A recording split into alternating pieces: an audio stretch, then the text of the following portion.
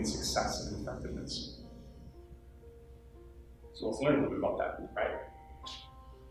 So we have today the 7 Habits Signature 4.0 training, which is rooted in living these 7 habits. It isn't just a sit yet. You know, my table in 1994 with all these folks who were trying to learn a little bit more, right, in our sit yet, but rather this was an opportunity to continue to grow and live differently. So I'll tell you right now, the core of the Leader in Me process today is living according to principles of effectiveness in our own personal lives. It's living them with fidelity and really defining who we are. Because students know a mile away, right? If we're not doing exactly what we say we're going to do, right? If we're not modeling something. But if we are, and they see honesty and fidelity there, and integrity in the process, they're going to pick it up too, they're going to model it, right? So really, the 7 habits, after being written about 30 years ago by Dr. Covey and organized with 7 habits and principles of effectiveness, has now become one of the best-selling books in the entire world. It's used as a training in every industry, across the world, in every country, every demographic, everywhere. There are really no barriers. They're timeless principles of effectiveness that are used in every culture, language, country, you name it. So we're kind of new to the education space, which is ironic because Dr. Covey was an educator his whole life, right? Until he wrote the 7 Habits book, and then Franklin Covey Company was born. So the principles of effectiveness, they're timeless, that endure, that have no barriers. Dr. Covey said, I've got a little range here, so forgive me if I jump the slide or two. Dr. Covey said, if you want to make minor changes and improvements and work on your behaviors, or focus on the process, or focus on the system, or focus on the minutia, right? But instead, if you want to make quantum significant changes, then you work on your paradigms. What's a paradigm? It's kind of a lens, right? By which we see the world, according to our experiences and our beliefs. What are those paradigms? How do they influence the way that we act, the way that we think, the way that we teach, the interactions we have with students and their families? What does that mean for us? Okay? So the purpose, really, of the Leader in Me process is to what? It's prepare the rising generation to lead with a skill set that's meaningful, that matters, and carries them forward in any career or in any discipline that they so choose in their lives. Well, let me ask you this. What do you most desire for your students? When they leave these halls, eventually they will in a couple of years, if not, in the springtime, where do you want them to go? What do you want them to do? What kind of lives will they lead? What do you desire for them? You want chairs? Yeah. Use fine. Thank you. What are your thoughts? Oh, it's not rhetorical. Okay. I think, I always tell my students that my goal is to get them to a point where they're a fully functioning adult, where they can have a happy and successful life, and have reach whatever goals they set for themselves. So it's not just about academics, it's about, life, values, setting a good life for themselves. Okay. It's interesting because in content, sometimes when I step back, it's like, well, wait a minute, what do I really want from them? It has nothing to do with chemistry or with science. So I guess infusing this into studying soil probably. Okay, any other thoughts? I want them to reach their own level of success. So whatever their definition of success is, I want them to be able to reach that, because I think success is sometimes subjective. Okay. Anything else? Any thoughts, Jessica? I would like graduates in our school to be kind, productive members of the community that can help grow and improve and better themselves and the people around them and our community in general. Okay, good. Guess what? I've provided hundreds of overviews just like this in schools across the state of California, right? And not once has anyone ever told me I want them to have the best test pass score. I want them to be the best test takers. I'm serious. Not once. And that just says to me that, look, who they become as people and what they accomplish afterwards are obviously this, right? These are core academics that form a core part of their knowledge. And you know, there's important concepts that go into that and determining where they're going to follow their career path. But what I'm hearing too is they'll get there, right? They'll determine with their knowledge base what they want to do if we provide them with the skill set to be able to get there. Does that make sense? So what I'm hearing, I think, is provide the right to a generation to lead, right? Then have students that are independent, interdependent, they're balanced, they make meaningful contributions, they're successful, they're wise, they know who they are, right? So within the Leader process, we do that in the tri-focus area of leadership, academics, and culture. So academics, as you just mentioned, are important, right? Would you say that sometimes there's a heavy focus on academics, whether here or elsewhere, right? In education today, is there a heavy focus on academics? Sure. Sure. It's created out of expectations, out of education policy, right? But it's something that's important, but it isn't the only focus. So in addition to that, we're looking at culture and academics as equally important pieces to generating a skill set that carries with students over time, okay? Now, still jumping, apologize. So really what we're doing with not just the 7 habits is we're giving you the very best Franklin Covey has to offer. Over time, there are multiple different processes that came out of the 7 habits that were created to help define this leadership skill set and to continue to refine what it is that we accomplish. We use leadership paradigms to do that. So we've got 4 disciplines of execution: speed of trust, primary greatness, which was written post-mortem by Stephen Covey's son, out of some writings that Sarah Andrew passed away. 7 habits for highly effective teens. All content that was created out of a need in partnership with folks who were looking to continue to refine their skill sets, right? And so we bring all of this together in the leadership process for high schools today. So I mentioned the 7 habits of highly effective people. Can anyone name them? Sorry, and that's all. Heart, mind, body, and spirit. Okay, good, good. All right, so you want to learn a little bit about the 7 habits and what it means to live according to them? All right, here's a quick video here.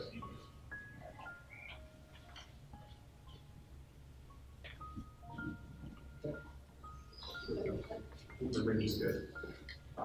There's a jump to full slides. Sorry. Okay. Oh, it's not letting me. Oh, wait. There we go. To achieve lasting effectiveness, we go through a natural process of development symbolized by the maturity continuum. Dependence is the lowest level of maturity. When we're dependent, we need others to take care of us, to come through for us, to give us our sense of worth and security. Dependence is the attitude of you. I need you to take care of me. The first 3 habits help us move from dependence to independence, which is a higher level of maturity. Habit 1, be proactive, means that we develop our own power to choose our actions and accept responsibility for our choices. Habit 2, begin with the end in mind, means that we define the kind of life that we want to lead. It's creating clear objectives and laying out a vision or blueprint for what matters most to us and who we want to be. Habit 3, put first things first, is where we plan and accomplish our goals so that our lives reflect the vision we have for ourselves. Learning and regularly practicing these first 3 habits helps us win the victory over self, attaining what we call the private victory. Where dependence is the attitude of you are responsible for me, independence is the attitude of I'm responsible for myself. I can choose my future and make it happen. To be highly effective, there's another level of maturity, interdependence, which is the attitude of we. It's where we work together creatively with others to achieve far more than any one of us can accomplish on our own. Achieving interdependence is the goal of habits 4 through 6. Habit 4, think win-win, is the attitude of seeking mutual benefit in our relationships and interactions with others. Habit 5, seek first to understand, then to be understood, is the ability to truly listen to others, to understand and honor their perspectives and realities. It also means to communicate our own views in a way that is both open and respectful. Habit 6, synergize, is the process of working with others in a collaborative and creative way to achieve new and better results. When we think and act interdependently, we win what is called the public victory. Without sufficient independence, people will not have the character and self-mastery to work interdependently with others. That's why habits 1, 2, and 3 come before habits 4, 5, and 6.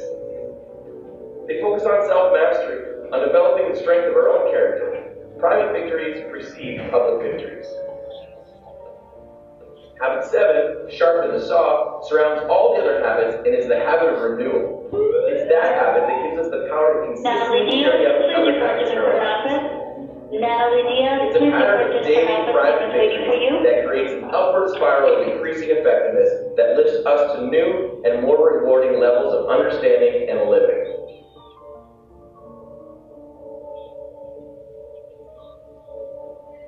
Okay, what are the 3 levels of maturity?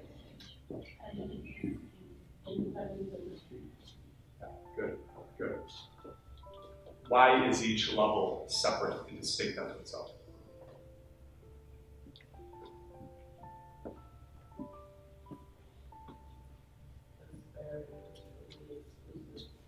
Yeah?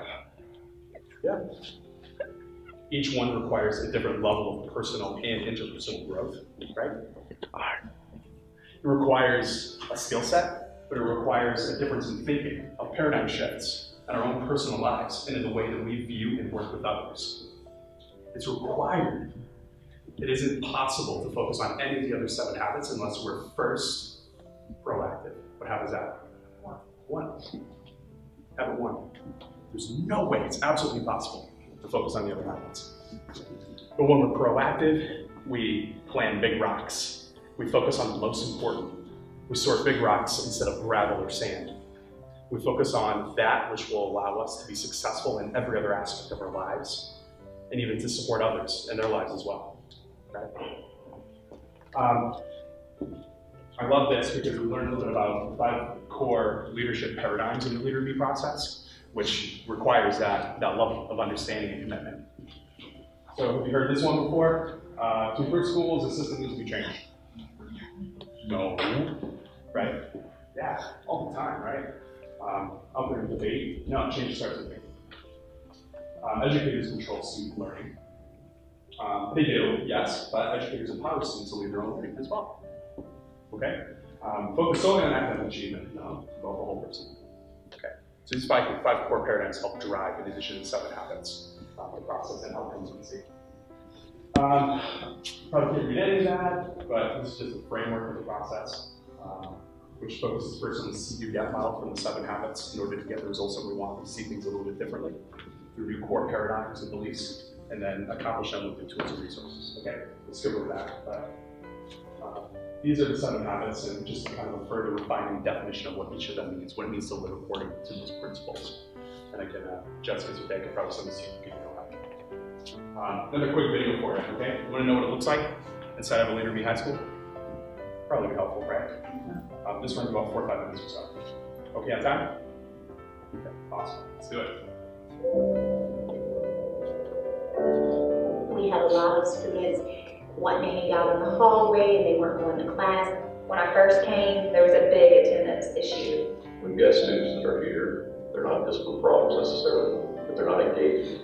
Trying to go someone who can be a self-starter, but first they have to get off the couch and get moving in the right direction. We have murals in the school, but they were very outdated, drab, and the kids wanted it to change. When I came here last year, there was more conflict between everybody, like everyone really didn't know each other like that. We had numbers of suspensions that were far exceeded the average in the district. Our graduation rate was projected to be 19%. We were noted for having the lowest scores in the region. I've seen students that have been suicidal, depressed, angry. I was super shy. Like, I was at the back of the class, like, oh no, don't, like, I don't want to answer a question, like, don't look at me. It has truly changed multiple people's lives. it just has made my life better. And, you know, I'm teaching my own child at home about, you know, living the 7 habits. I walk by my mission statement every day, and I look at that and think, are you really living that? And if you're not, then what do you need to change? What do you need to work on? We have an advisory period. We meet every day for 25 minutes. It's built into our school day, so every student has it. And we call it Tiger Time. During one of our lessons, we were teaching Habit 5, and we just had some of the students just jump up and volunteer to do one of the skits that we were going to show in the elementary schools. They're team players. They're not angry anymore. They're not dealing with depression. As cheesy as it sounds, 7 habits impact your life. We have been always a very high academic school, but I think we have taken another step, not just good grades, but a good culture in our school. We chose to put leadership quotes up everywhere, so it was kind of a fresh new look in the school, and the kids could sense the change, and they could also sense the change in the attitude that we are really embracing this concept of leadership, and it's everywhere. So if you look around our school, you will see different posters, different walk-ins, different student-centered creative projects about the 7 habits. I really like being a leader, how you can synergize with your friends. I have a voice in my school. They feel like they now have a voice and that it's listened to, and therefore they want their school to be the very best that they can imagine. It's pretty hard for adults to let go, but once you let go and you trust them, you see amazing things happen. What's so great about like being at our high school and part of the league team is that it's basically solely like student-led. It's on us, like we're responsible. As time has passed, we've been able to put more and more responsibility with the students and made our jobs easier. Staff indicated that they feel a sense of belonging in the building. They have a sense of voice. This year, everyone's improving. Everyone get along better. Like, they see each other as family. We have seen a drastic decrease in school suspensions, a drastic decrease in the number of violent incidents. You can feel it. Kids are laughing. They're greeting you. They're not sneering at people and making fun of people. It's truly like a family. Okay, did you see highly effective practices? Did you see the outcomes of living the 7 habits? Do you think it required a shift in paradigms? Living the habits, but then sharing them with others. Maybe seeing people according to their leadership, talent, and abilities. So here's my question for you is, what would your school look like if every single student were a leader?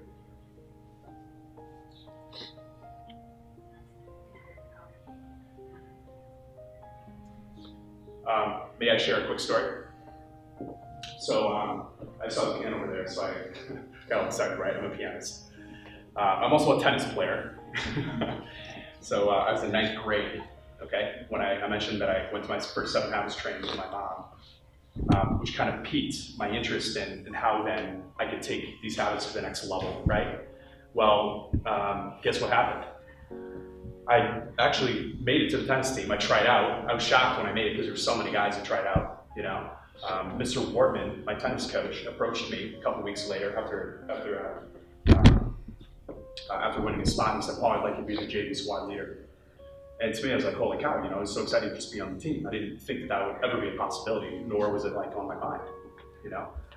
And I just thought for a second, holy cow, Mr. Wortman, I'd love to. You know, that would be a great opportunity, and I promise I'll crush it.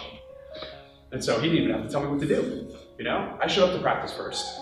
I ran all the loops around the schools, 3 miles. I was the first one to do it. I did all the push-ups first in the court. It was cold. I grew up in New England, right? I mean, heat, you know, it's not a whole lot of it. So you show up in a late afternoon in March for tennis practice, and man, it's like 35 degrees. Maybe a little snow on the ground, but I still showed up because I knew that my classmates and my teammates were counting on me as the squad leader to be there first and to do it. And so I did. But guess what? And this is where I noticed a shift in myself through the maturity continuum. I started saying hello to my classmates in the hallways. And I would remind them of tennis practice. Oh, we've got a match against St. John's in a couple weeks. You need to be there, right? Mr. Wortman wants you to play first doubles. You know? And I think I recognized that in myself a couple of years after the fact, right? I didn't recognize that was the impact that it was having right away in my life. But now that I look back at that in retrospect, I viewed myself as a leader, and it changed the way that I felt about myself. It changed the way that I acted. It changed the way that I behaved around others and treated them. And so I saw in myself growth through the maturity continuum, that I wanted to inspire others, what it meant to be a leader. But what would it look like if every single student were a leader here at Everett Alvarez High School? What would it look like? Can we imagine the outcomes that we might see? This is cool because we talked a little bit about the maturity continuum, but there's a further refinement of that maturity continuum that we call the 4 roles of great leaders. Every student has an opportunity to learn about this, power of the mind, finding modeling, and what it means to live according to those principles, but to take it to the next level, support others as well. Courses and resources, there's leadership focused courses through as many semesters and years as you want, and then we revisit, and there's different levels of content and advancement in that. So they're all called Leading South, Career Essentials, Leading Others, College and Career Readiness. Tons of content information, also Franklin Covey, to continue to support you where you're at and where you'd like to grow and progress. What are your wildly important goals, your wigs that you've set personally and academically for each student? Classroom wigs, school-wide wigs. What would it mean if we defined these and we reflected on them continually? Would students be in a position to control their own learning, control their own selves as they continue to grow and progress through maturity?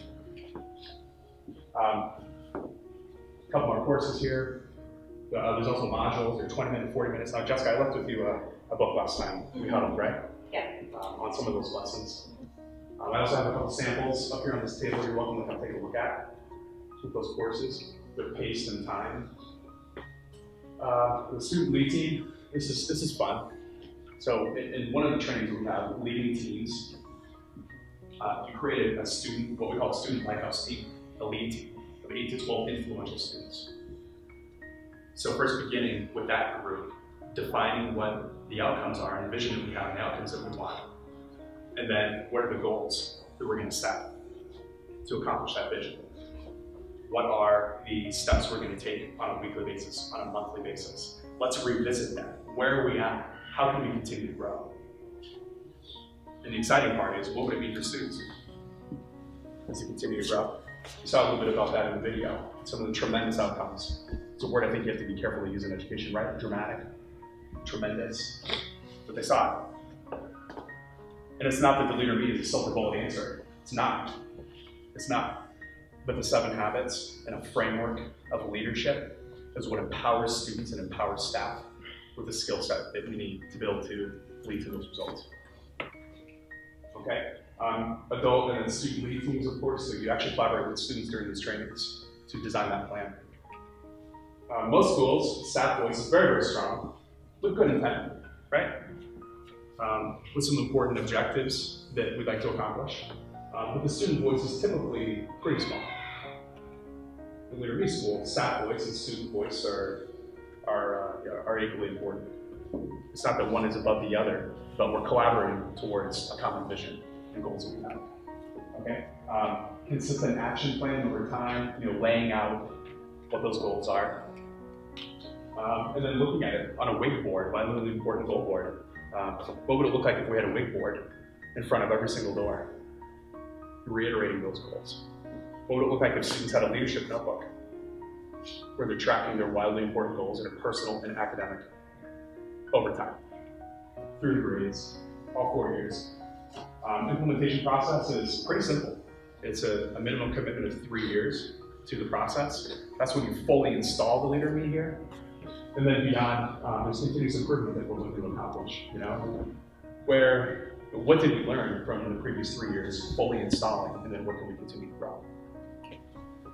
Just a little bit about the training, level 1, 2, and 3 years, 1, 2, and 3, there's eventually an academic focus, yes, we get there, right? But first developing leadership skill set and then leadership culture, years 1 and 2.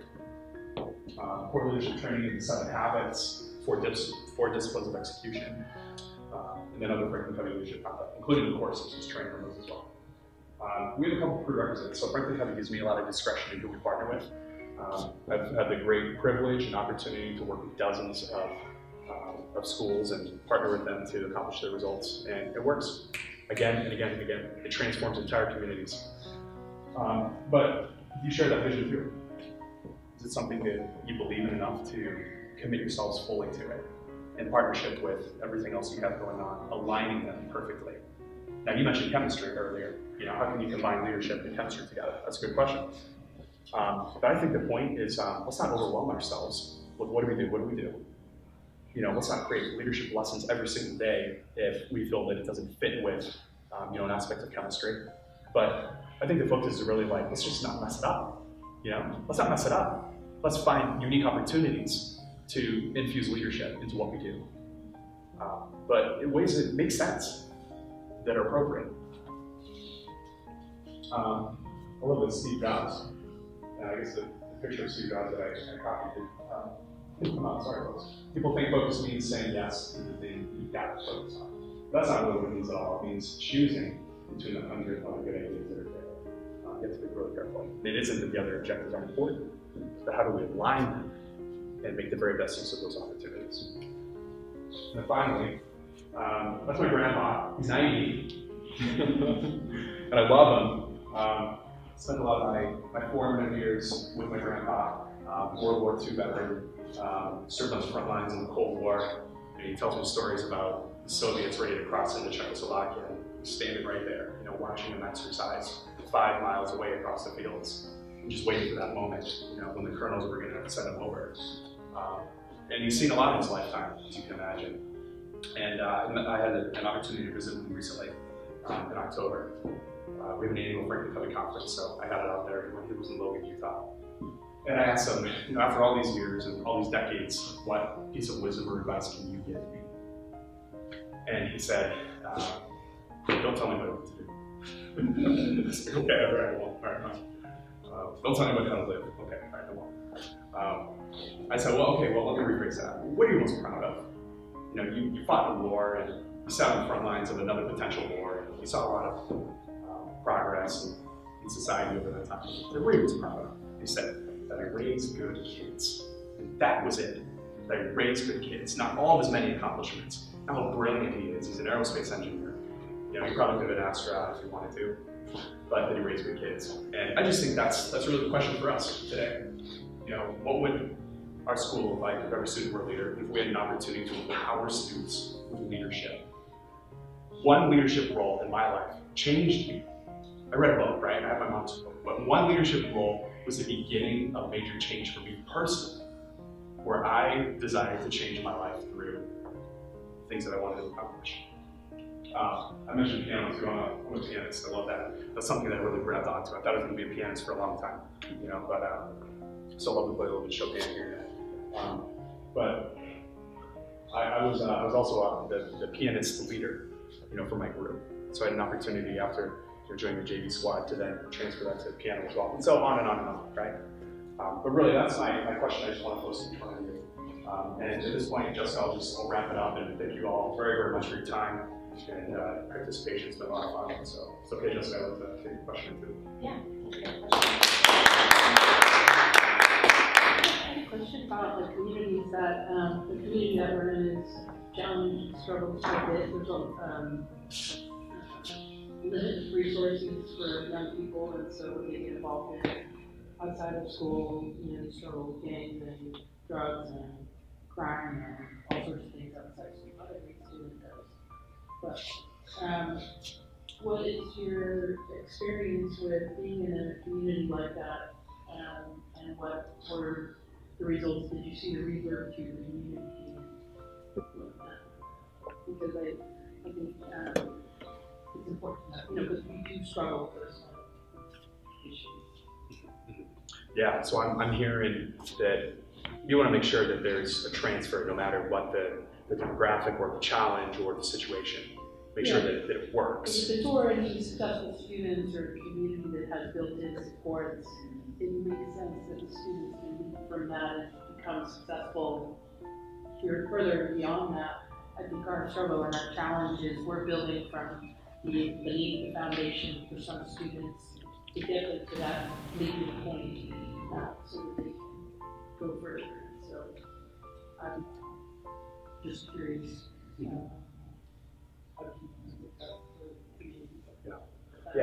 Yeah, absolutely. May I respond to that with a short story? very short one. Well, I'm getting the sense that there are many students that have families or just economic situations where it's very tough for them to have access to opportunity and to make a decision of where they want to go, right? The basic supports, yes. Well, what immediately came to mind as you were sharing that with me was Highland. It's an elementary school, but they have a pod of schools, middle through high, right? It's a K-12 pod in which they operate in Visalia Unified, which is all right there in the downtown area, outside the Rotary. If you've been down there, very, very tough area, okay? At this K-6 site, they have parents two of them that were murdered last year. They have about a dozen, maybe more now, who recently left jail. They're gang members.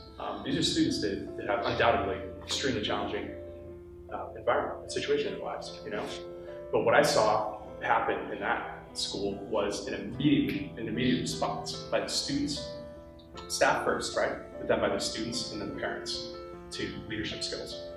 And so they had a parent night, right? Or what do you have here? Do you have a parallel, where you have parents at different activities and events you hold here? We don't have a lot of parents involved in we have, in general, we have some parents who participate in boosters or who show weeks for events, former parents who come to our event meetings that are celebrating parents. And we have a couple of parents that council, right?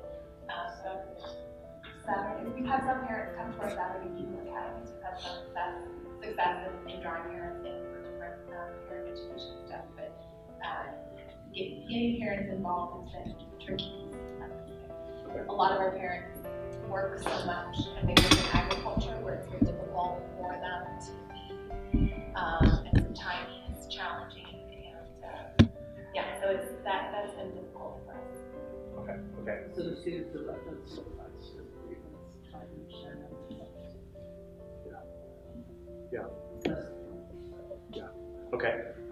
I'm excuse me, sensing a wildly important goal too, right? that we're identifying here. But the very first parent night that they had at this site, 500 parents showed up. Very first one, and this is after a couple of months of just sharing at a very basic level, kind of one course or 30 minutes per day, what it means to live by the 7 habits of highly effective people. And that's just one community's example. So what I think to answer your question, right, with a little more detail, how is it then that they look at leadership amidst all these other struggles and challenges that they have, and with very few basic supports? And it's that the parents are saying, this is something that I recognize as value in my life and I wish I had it when I was younger, because that's what they tell the principal, and then she shares it with me. Does that help answer your question, or?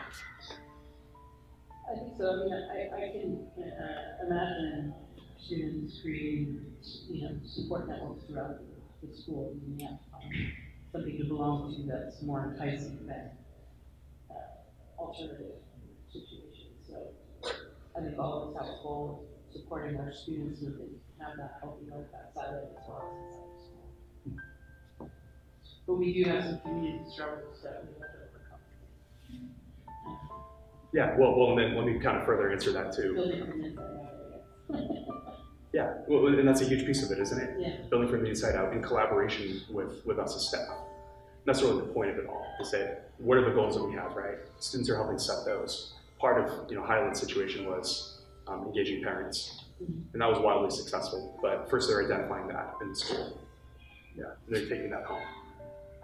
And so it infuses with everything that they do everywhere all the time. It isn't one more thing that they add in their lives, but it becomes, a lifestyle part of it. Yeah.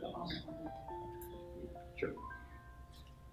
I would venture to say too that we have some issues with staff as well. I don't think the kids really, larger sets do not trust their teachers. And I think with good reason too. So how would you address something like that? How would you really address having good leadership and way of teachers and to be healthy role models for these kids? Because I don't know how much I actually see that. I certainly see a core group of people doing it, but I'm pretty concerned about that. I know there's other people too who are concerned about that as well in terms of staff. Well, I think just having the students really be able to trust the staff as well, and knowing that we're going to be there and we're showing up for them, and we're, that we are to be trusted. And I think for us to have the curiosity of these kids, where they're coming from. I'm from somebody, I'm from here, I'm from Salinas, so I've grown up with these issues, and certainly from another neighborhood, but I think even just having staff here to really understand what it is that this community is like, and that we're bridging that divide with the kids. But it's been tough, I think. Yeah, so I'm hearing there's a trust issue between some students and staff, and that the broader cultural issue maybe needs to be addressed as part of looking at anything that you do, right, including a potential leadership model. Yeah. So the way I would answer that is with this tri-focus, leadership, academics, and culture, right? You're going to define what it is that has created a breach of trust, and then how it can be restored, and what are the tools that you can utilize in order to do that. I mentioned speed of trust as part of the Franklin Covey content, that's used in the process. Speed of trust is important because it allows you to kind of reset, look at your baseline, where it can continue to grow and improve, right? The 7 habits are a core part of that, and modeling, living the habits ourselves,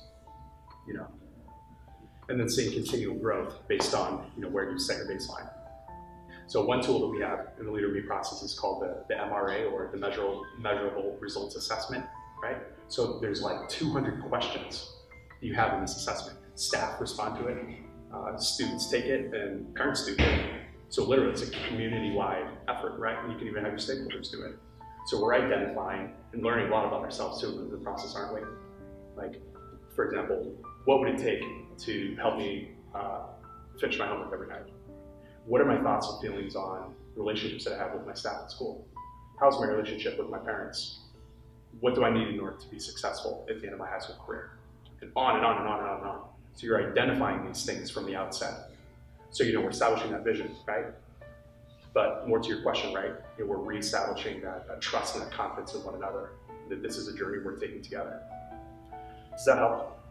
Yeah, I mean, I'm thinking, in an assessment like that, the kids then have to really be able to identify how they feel about things, and a lot of our kids have a hard time identifying feelings because we're not doing we're not giving them that language, and some staff don't know that language of emotion and feelings and self-regulating, and if we're not able to self-regulate, kids certainly can't self-regulate. These are kids who are going through not only trauma but complex trauma.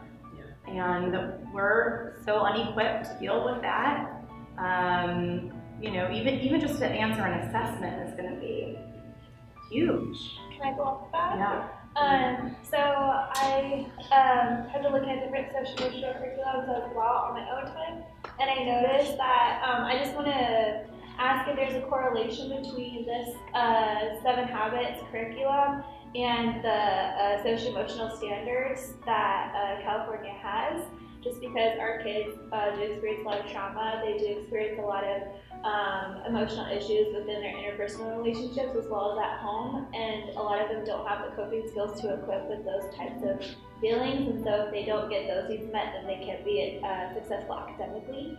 And so I see that in this curriculum there's a lot of great stuff. There's a lot of things that have to do with becoming a leader, and a lot of our kids are leaders, but they aren't this kind of leader. Like, they're either like leaders of things that are less than stellar, but people look up to them for those things. And so I think it's true. And so I was asking, my question is, based on what Taylor says, is there a correlation between what is in this curriculum with the socio-emotional standards to help our kids with that?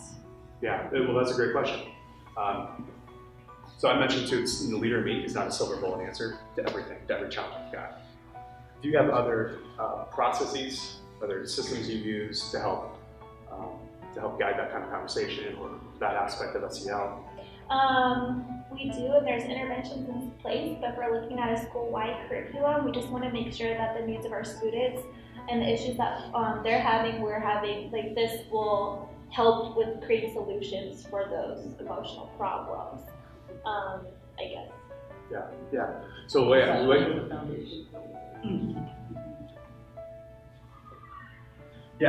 way that I would describe that is,